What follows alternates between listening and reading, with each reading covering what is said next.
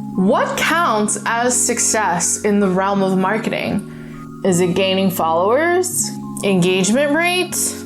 When can I start seeing things turn into sales? Since the beginning of the creation of marketing, businesses have struggled to figure out what is the direct ROI. However, with the new inventions from social media, digital marketing, and the internet, we're able to start building some true analytics that you and I as marketers can actually show to our bosses and customers on where the ROI is and how we can continue optimizing our customer journey so that we can continue supporting the sales department and while still getting our goals done. So in this video, we're gonna pull back that magic curtain and really talk about the key metrics that you need to be looking for in your marketing, in your digital marketing, and how to tie it back to your customer journey so you can optimize your business and sales and continue supporting your community. Hey happy human, my name is Lauren, pronounced like Lauren with an R instead of an L in the front, and I help change makers and marketers build their online brand, figure out how the algorithm works, and tie it back to their business so that they can get out of the marketing fluff and focus back on building impact with their communities. If you're tired of wondering if your marketing efforts are even making a dent, I highly suggest you hit that like and subscribe button and follow me on this channel so that you get a new video as we continuously pull back the magic curtain of marketing.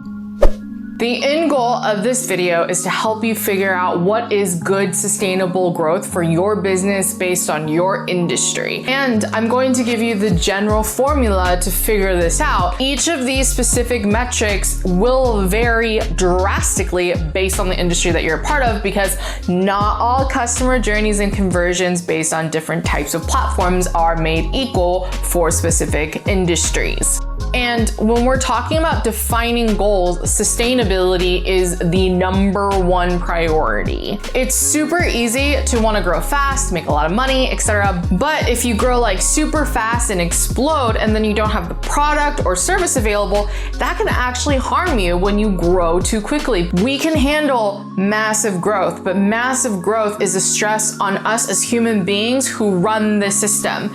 And if we continuously operate under high stress, high growth, high hustle, then there's a chance of what we really want to avoid, which is burnout. To have a long-term growing company is about creating sustainable growth goals that allows you to continuously grow in a manageable way so that you can continue creating long-lasting impact in your community. So in this video, we're going to talk about 3 key marketing analytics that you actually need for your digital marketing purposes. And the most important part is we're going to talk about how to work backwards from your larger end goals and how to tie it to your marketing goals. Let's begin. The real benefit of marketing and good marketing is that it's turning a passive customer into a super happy, excited customer that's constantly talking to their friends about you and bringing new people through the door. And what that does is it increases their value as a customer dramatically. Now, if you've watched some of my previous videos, especially the one about customer journey, I will link it down below. You've heard me talk about cost of acquisition. And when I build a budget for my clients and we're talking about what specific marketing budget, the final thing that we boil down to is if I spend X amount of dollars, what is my cost of acquisition? And really figuring out what is my cost of acquisition based on a specific marketing funnel. So the key question to ask yourself is, how is this source of marketing actually performing for me? So it's looking at 2 key metrics when you're looking at these, which is what is my cost of acquisition to get them through the door and what is my percentage of return customers. So say for example, I get a lot of new customers from social media, but then I actually don't get a lot of return customers from social media, but I do a lot of return customers from another marketing source. And that tells us that that other marketing source is actually producing a higher quality type of customer for us that is going to get us more clients, and we should create or adjust our advertising to make sure that source is getting as amplified as possible. So before social media, we had a very vague idea of how that person is able to become a new customer, to a return customer, and even figure out which marketing source actually gives us the best return of customers, right? Like the only thing that we're really able to get a sense of is the quality and based on our one-to-one interactions. Like maybe a Groupon customer is less valuable than, say, a word-of-mouth customer because a Groupon customer is only looking for deals. That's a very simple style to think of, but we don't know until we actually engage with them qualitatively. But with the power of social media and digital marketing, we're actually able to see metrics that actually show the healthiness of the relationships that we're cultivating from these different marketing sources. So what are the main digital marketing sources that you need to be thinking of? So your share of voice metric is really around to see how much voice you have in the industry. It's different from market share. Market share is how much you own in a specific industry, but share of voice is more powerful than market share, because just because someone has hundreds of years as a known brand and all the market share, they may be the gorilla in the room, if they're really not taking advantage of amplifying their share of voice, so they're just like taking a kickback, that gives you, aka smaller business or medium and rising business, the opportunity to build your share of voice and take market share from them. So share of voice boils down to how much of an impact your brand has in your industry. So if you're a change maker style business, it's about when you do X, you shift the way that the industry views something. And different brands have different share of voice. And we have rising share of voice, and we also have big ones that already have established share of voice. And that is the big key metric to be looking for in how your share of voice shows up against your competitors. The reason why this share of voice metric matters isn't just to show what the impact that your brand has, it also shows the opportunity of which you're able to capture new customers. Because if you use your share of voice to speak on a topic in a specific way, it allows you to be able to show up on new customers' radars and connect at a deeper level than just on a specific like transactional need-based level. Another metric is engagement rate. Now, if you ask me on social media, Roran, what is the thing that I need to focus on? Is it follower count, reach, etc.? It's all about engagement rate. The number one reason why you want to know about engagement rate is because the businesses of social media, their number one priority is making sure their users stay on the app as long as possible. And your engagement rate is showing that people are activating and engaging on your content, meaning they're going to stay on the platform longer, and then they're actually going to stay on and be served ads better. You're feeding the algorithm's goals in that space. So understanding your engagement rate allows you to optimize your content, and it actually shows how excited your community is in engaging with you. Your engagement rate allows you to see the health of your community and how excited. Are they just passive consumers? Meaning if something changes, if a price change, inflation, recession, anything above, will they stay loyal? That engagement rate shows you how well they're going to stay around, because if you have an active, engaged audience that's there to support you and want to interact with you because you're serving them in the community and they're interacting with each other, there's a higher chance that they have a stronger loyalty built with your brand. So when unprecedented change comes through, you'll be able to ride that wave.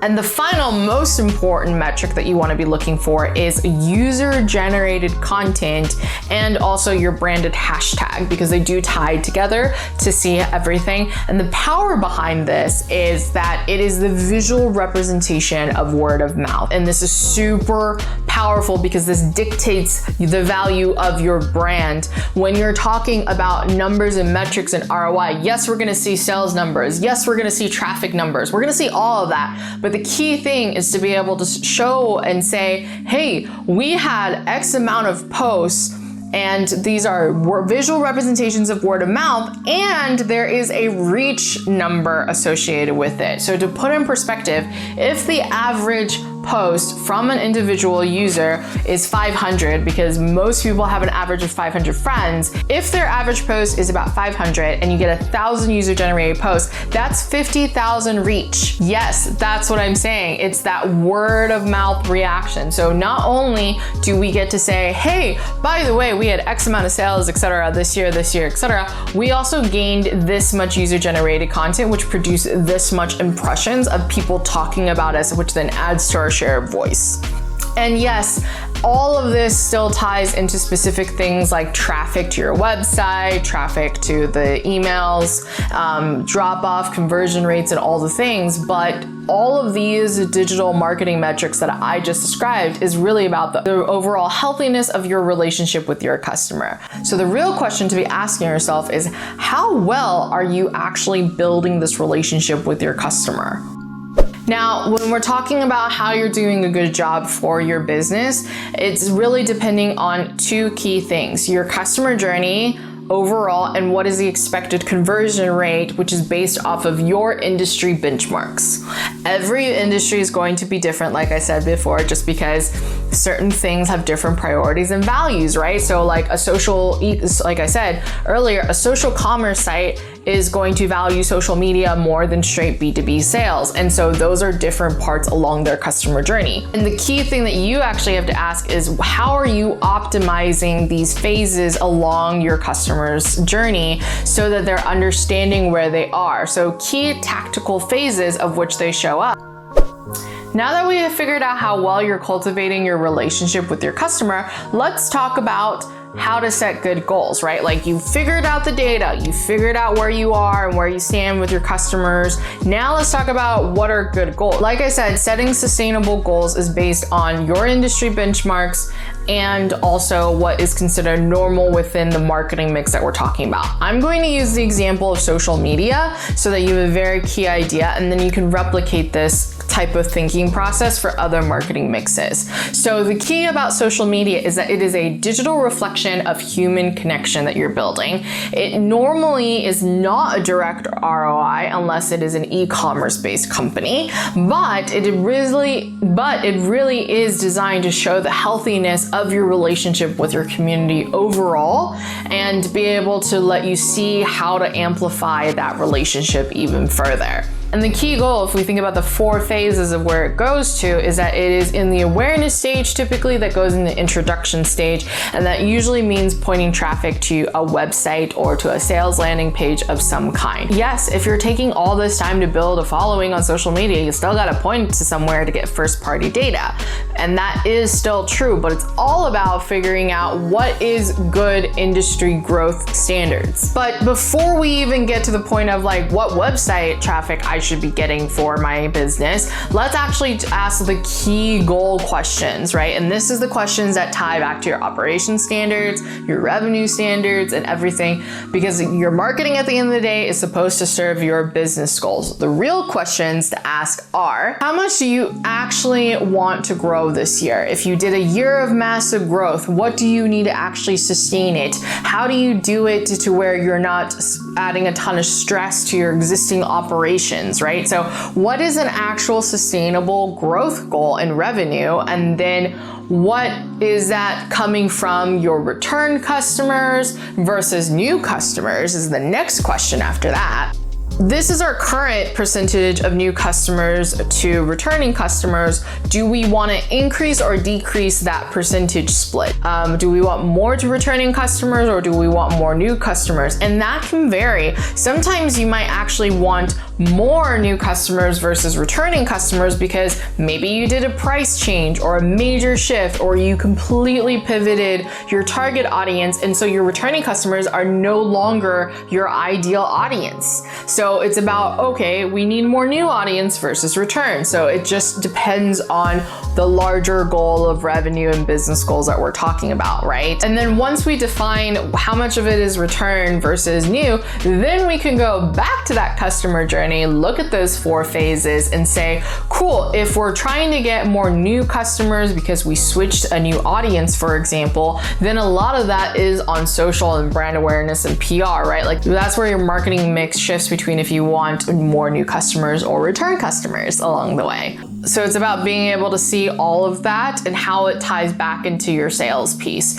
And so if we go back to the example of we're trying to grow into a new audience and we're trying to build more brand awareness, then we looked at the customer journey and we're like, cool, we need to amplify social media, right? And then it's looking at, okay, well, how much of our current audience can we do? So maybe that's less user-generated content or less of the engagement rate, but we're creating more engagement rate, more ads. So we're looking at engagement rate on ads versus engagement rate on organic content for like the first quarter. And then the following quarter, we're looking more at engagement rate on organic content versus looking at paid content, right? And like I said, it's about tweaking the system as you go. Think of all of these specific metrics and tactical goals as levers along the way, and we're guiding our customer to us and retaining that flow all the time. So it's about asking yourself, what levers am I pulling or amplifying or increasing or decreasing on along the way? And everybody's lever is going to be different because your customer journey is designed for you based on your industry benchmarks. And remember, change is the long-term strategy. That's the biggest thing at the end of the day. Our end goal is to be able to create sustainable change over time. And so it may feel like a lot of lift in certain years and it may not feel like a ton of lift in other years, but it's all about what am I doing in the short term that is serving my long-term goals? So it's really asking yourself as you're looking through everything, what is the one thing that I can do today that creates 80% of the impact? And as always, thank you so much for watching this video. Don't forget to like and subscribe so that you can get more algorithm updates along the way. And remember guys, influence happens one drop at a time. Have a wonderful day and I'll see you later. Bye.